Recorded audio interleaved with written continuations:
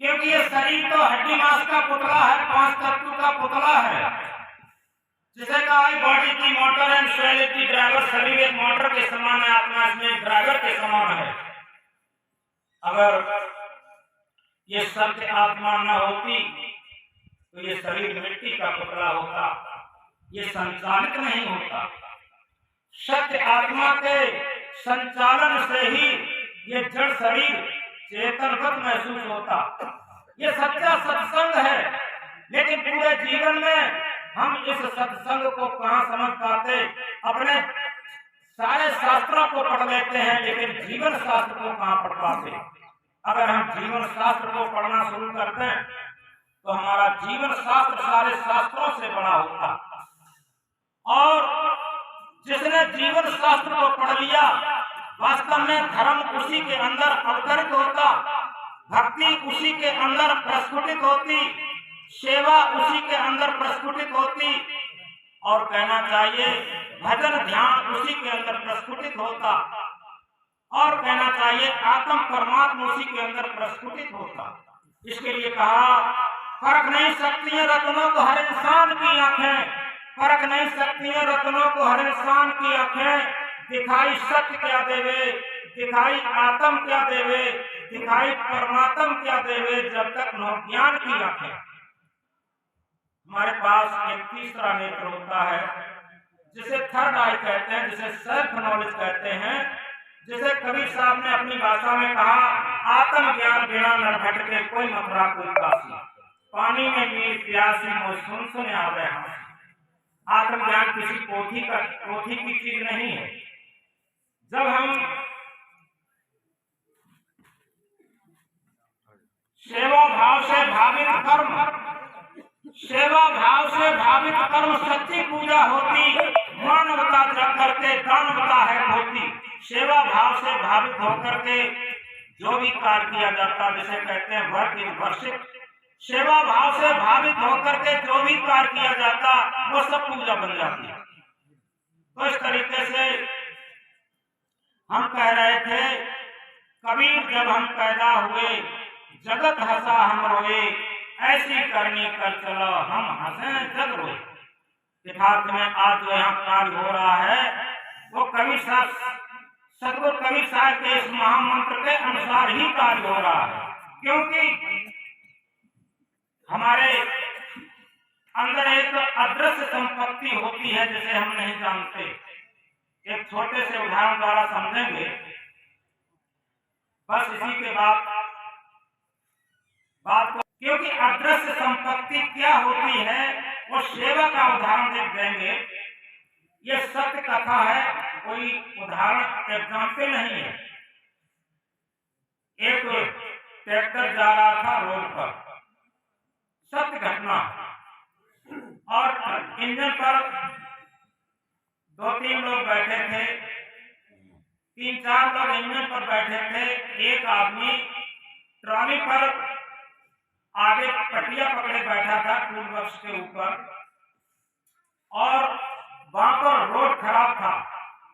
पीछे से roadways bus आई और उसने साइड मांगी। ट्रैक्टर वाले ने साइड दी। साइड देने में क्या होता है, ट्रॉली खाली थी, एक पहिया खाली में चला गया, ट्रॉली पलट गई। ट्रॉली पलटने से जो टूल बॉक्स पर आदमी बैठा था पटिया पकड़े, वो उसी में दब गया।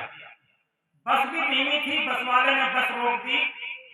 ट्रैक्टर वाले ड्राइवर ने सवारियों के हाथ जोड़े, भैया हमारी ट्रॉली सीधी करवा दो, एक आदमी हमारा दब गया, हो सकता है मर गया हो।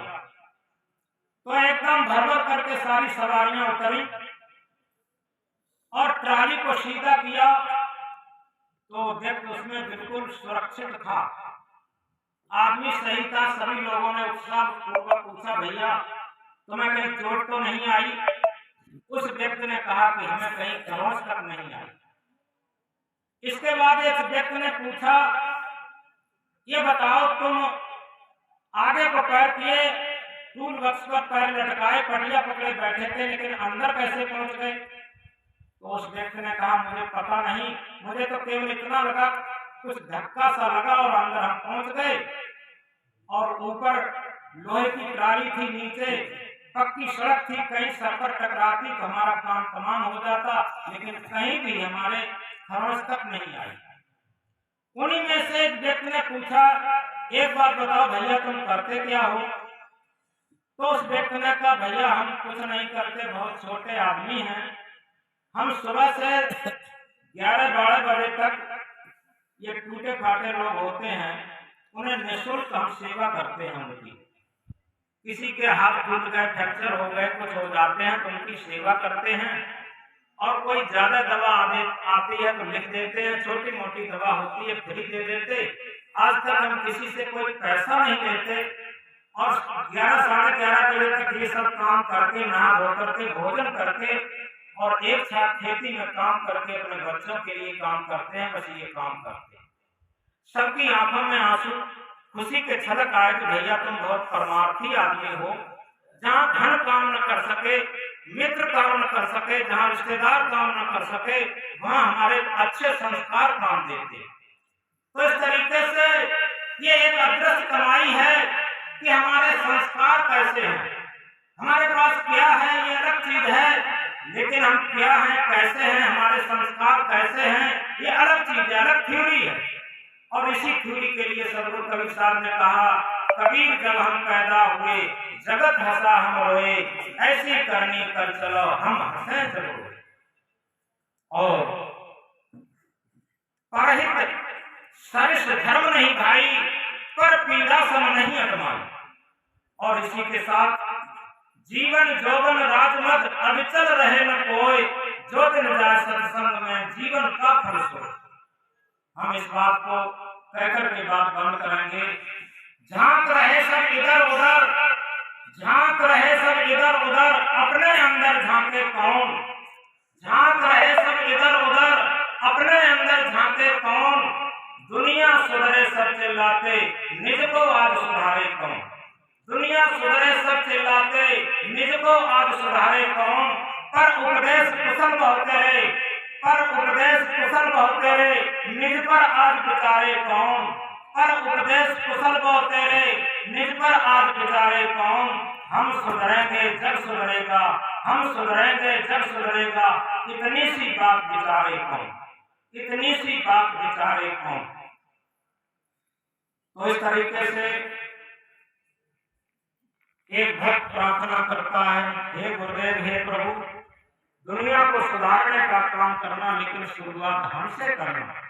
और इसको हम याद रखें अपने जीवन को, क्योंकि सारी चीजें हम अपनी पूरी अमूल्य जीवन की सांसें लगा करके जो भी बटोरते हैं, और बाद में जब जो कुछ भी इकट्ठा किया है वो समान सब लगा करके जीवन के बीते हुए क्षण, जीवन की बीती हुई सांस को हम वापस नहीं कर सकते। इस बात को याद रखें।